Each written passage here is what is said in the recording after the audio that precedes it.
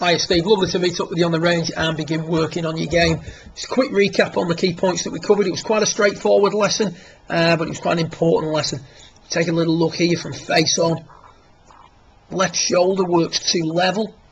That's moving the upper axis off in the early part of the golf swing, making low point control a little bit too chaotic. You do a pretty good job of extending, turning and tilting to achieve a relatively stable axis, but that first move away just needs tidying up, because as well as moving you off the golf ball, what it's also doing, and this was probably more relevant to the flight that you were getting, it's causing the balls to drift off to the right too much. You can see the first move away, a left shoulder works across. This causes the shoulders to sort of level out. You can see there's no real tilt of the shoulders at that point, certainly not at 90 degrees to the inclination to the ground. So hips and shoulder working a little bit too level, and consequently this club face is rolling very open to the arc or the path of the golf club. From there it just continues to stay open, very open to the arc at this point, and now the body's got to stop unwinding to allow the arms to release, which can result in the odd drop kick, as we talked about the other day. Definitely a loss of power. Also affects the trajectory of the shot. So everything just has a knock-on effect. So P1 to P2. Set up P1 to P2 when the shaft's parallel with the ground in the takeaway and the backswing needs to be tidied up. Other things there, as well as the club rolling and the shoulders leveling out, we're also starting to see the elbows divide a little bit.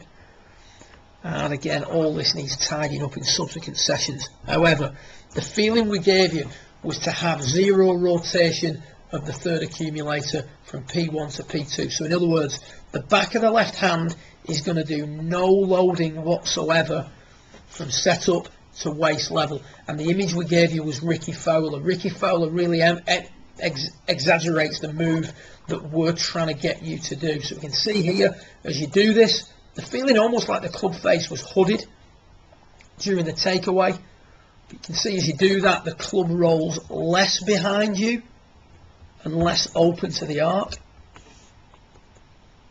At the top of the backswing, we're in a much more solid position, wider, so we're controlling the radius of the swing better.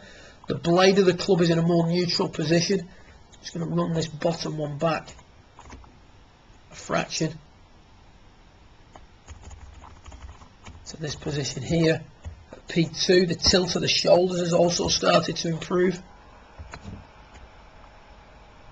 So the shoulder's not as level as the left shoulder. Controlling the third accumulator actually encourages the left shoulder to work downwards a little bit more as well. Top of the backswing, long, open and narrow. Top of the backswing, more compact, wider and more neutral. As we're coming into impact now, club very open to the arc, club less open to the arc, very open position for the club at that point. Let's zoom that in.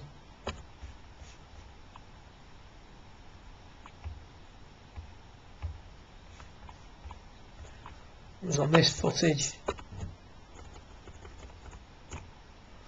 the club is in a slightly more toe down position.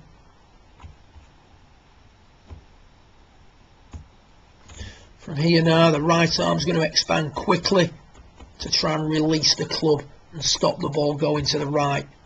On this swing, we can keep the right arm flexed a little bit longer,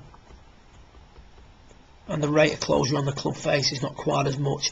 You can see also there, as I play that through, that the leg work through impact is dramatically improved.